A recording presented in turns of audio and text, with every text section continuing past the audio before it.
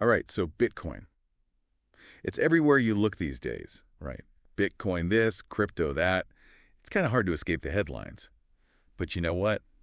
We're not going to focus on the price today or any of that hype. We're going deeper. We're figuring out what Bitcoin is at its core, how it actually works, and why people are even talking about it, even if you've never touched a line of code in your life. This is for you. I like it. Get to the heart of it. Exactly.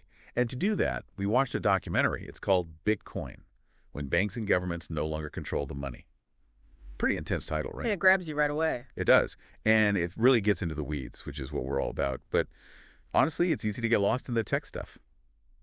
So what do you think was the most interesting part? What should our listeners really take away from this? Well, they did this really smart thing. Right off the bat, they took us back in time, like way back. Before Bitcoin, before computers even, to understand the history of money itself. Oh, that's true. Because we kind of forget, right? Like, I'm just used to tapping my phone to pay for things. Right. Nobody's walking around with a giant cow trying to trade it for groceries anymore. Uh-huh. Can you imagine? How many carrots for this fine bovine? It's crazy to think about, but that was the reality for a long time. Barter systems, they just weren't practical. And that's how we got those early forms of money coins, for example. Makes sense. Easier to carry around than a whole flock of chickens, right? Exactly. Though I'm not sure my pockets are big enough for all the coins I'd need these days, haha.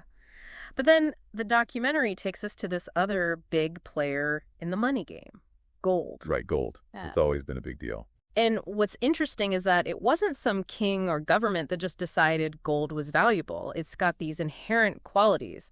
It's scarce, it lasts forever, and you can divide it up. It was a natural fit to become valuable. Like a no-brainer for early civilization. Exactly. So we've gone from cows to coins to gold, and then the documentary throws out this term, fiat currency. And I gotta admit, sometimes I hear those words, I'm like, do I really understand what that means? Same here. So break it down for us. What is fiat currency? So fiat just means it's money because the government says so. That's it. It's not backed by gold or anything physical anymore. And the documentary uses this example, the Nixon shock in 1971. That was when the U.S. dollar stopped being tied to gold. Oh, yeah. I vaguely remember that from history class. Big moment. It meant that the value of money wasn't based on a physical thing, but on trust in the government. Which, as you can imagine, not everyone loves that idea. Yeah, that's putting a lot of faith in those systems, especially with all the craziness that happens with governments sometimes. Exactly. And that leads us to the digital dilemma, right, Nate? Because today, our money mostly exists as ones and zeros on a screen, controlled by, you guessed it, governments and banks. Okay, so we're starting to see how all this ties back to Bitcoin, right? Exactly. Because for some people, this whole idea of centralized control over money, it just doesn't sit right. And that's where Bitcoin enters the picture, offering a totally different approach, decentralization. And the way the documentary explained it with this Napster analogy, brilliant. Right. That was such a good way to put it. Like, I bet a lot of our listeners remember Napster. It was revolutionary for music sharing. Totally. But because it was centralized, the government shut it down. And that's where BitTorrent comes in. Because it's spread across a whole network of computers, not just one place. No one can control it. And that's the basic idea behind Bitcoin. It's like this digital swarm that's unstoppable. But instead of music, we're talking about money, right? Precisely. It's not reliant on banks or governments to function. And the foundation of all this is something we hear about all the time, the blockchain. Blockchain. Everyone's saying it, but do we really get it? It can seem complicated, but think of it like this giant digital ledger that everyone has access to, but no one can mess with.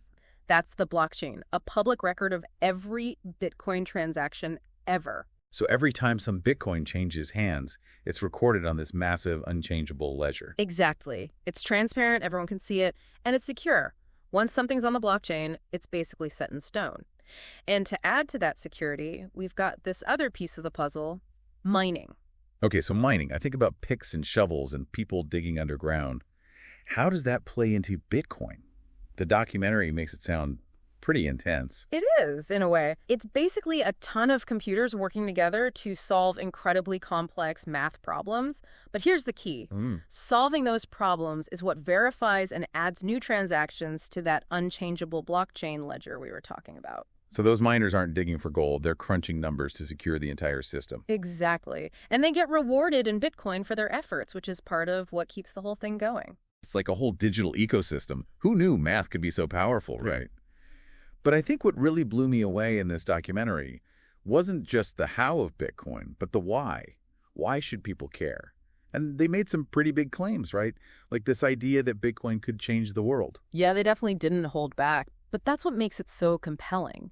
And one argument that I think holds a lot of weight is this whole idea of financial inclusion. The documentary pointed out that there are literally billions of people globally who don't have access to banks, like, at all. It's easy to forget when we're so plugged into the digital world, but it's true. We can transfer money with a few taps on our phone. It's easy to take that for granted. Totally. And for those folks who are unbanked, it's not just an inconvenience, it's a huge barrier. They can't participate in the global economy the same way. But Bitcoin has the potential to change that. Because all you need is a smartphone, right? Not a whole bank account and credit history and all that. Exactly. If you've got the internet, you've got Bitcoin, you can send and receive money no matter where you are. And that's huge. It's about leveling the playing field, giving everyone a chance to participate.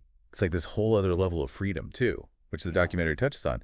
That idea of people having more control over their own money, especially in places where, I don't know, maybe the government's not so stable or they don't have a lot of financial freedom. Yeah, that's a huge part of the appeal for a lot of Bitcoin enthusiasts. It's like a decentralized safety net, especially when you're talking about things like hyperinflation or political turmoil. Well, it's like having your money be this safe haven no matter what's going on in the world around you. Exactly. And because Bitcoin isn't controlled by any single entity, no government can just come in and freeze your assets or devalue your savings. It puts the power back in the hands of individuals. Which I can see being incredibly empowering.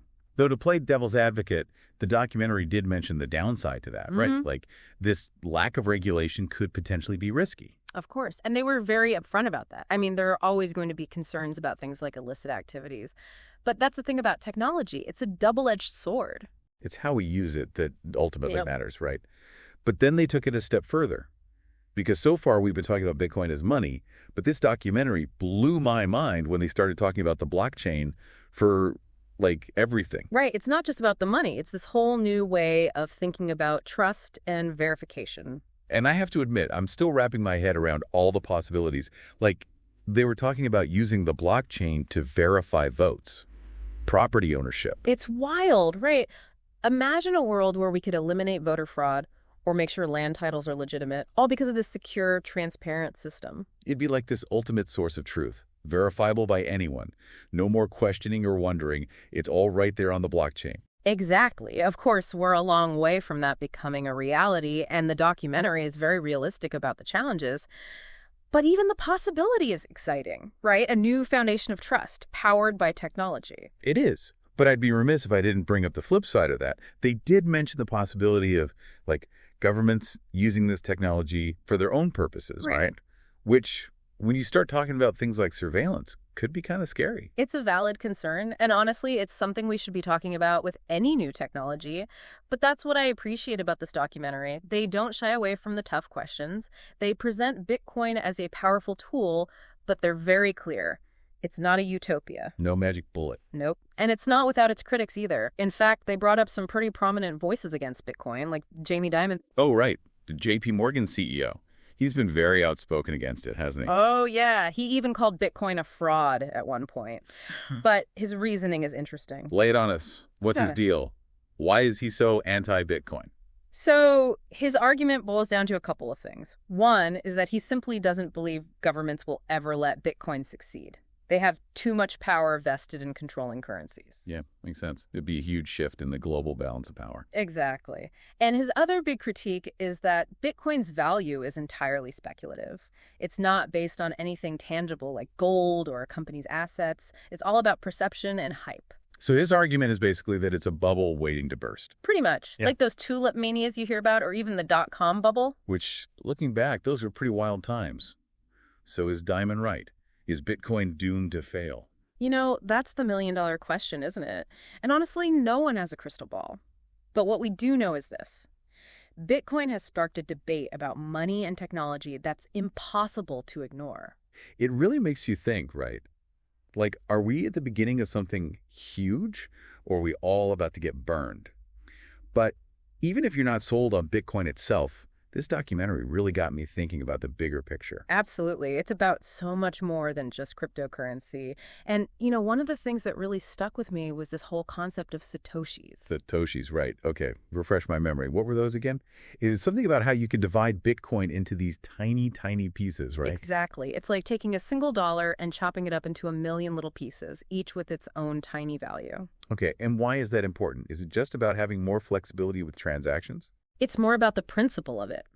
If we can attach value to something as small as a Satoshi, well, it kind of opens up a whole new world, doesn't it? What else could we be using this technology for? I see what you mean. It's like it challenges our whole idea of what something is worth and how we track ownership. Right. Imagine being able to verify the authenticity of anything from a piece of art to a diamond, all because it's registered on the blockchain. No more fakes, no more fraud. It'd be like having this digital fingerprint that's impossible to forge. It's almost like we could rebuild entire systems to be more transparent and trustworthy. Exactly. And that's ultimately what I find so fascinating about this whole conversation. Bitcoin may or may not be the future of money, but the technology behind it, this idea of a decentralized, secure ledger that's got the potential to change everything. It really does. It's like when the internet first came out and people were saying, this is going to change the world. And we kind of shrugged it off like, yeah, right. It's just for sending emails. Who cares? Yeah. But look at us now. Exactly. I think we're at a similar point with blockchain technology. We're just scratching the surface of what it can do. So to wrap things up, we went into this deep dive wanting to get past all the hype and understand what Bitcoin is really all about. And we've done that, right? We've talked about everything from bartering cows to mining with supercomputers. It's been quite a journey. And we didn't shy away from the tough questions either. We talked about the potential benefits of Bitcoin, like financial inclusion and giving people more control over their money, but also the risks and criticisms. Right. Because like any powerful tool, it all comes down to how we use it. And that's what I hope our listeners take away from this deep dive. Keep asking questions, keep learning, and keep an eye on this technology because it might just change the world. Couldn't have said it better myself. And on that note, we'll catch you next time for another deep dive. Thanks for listening.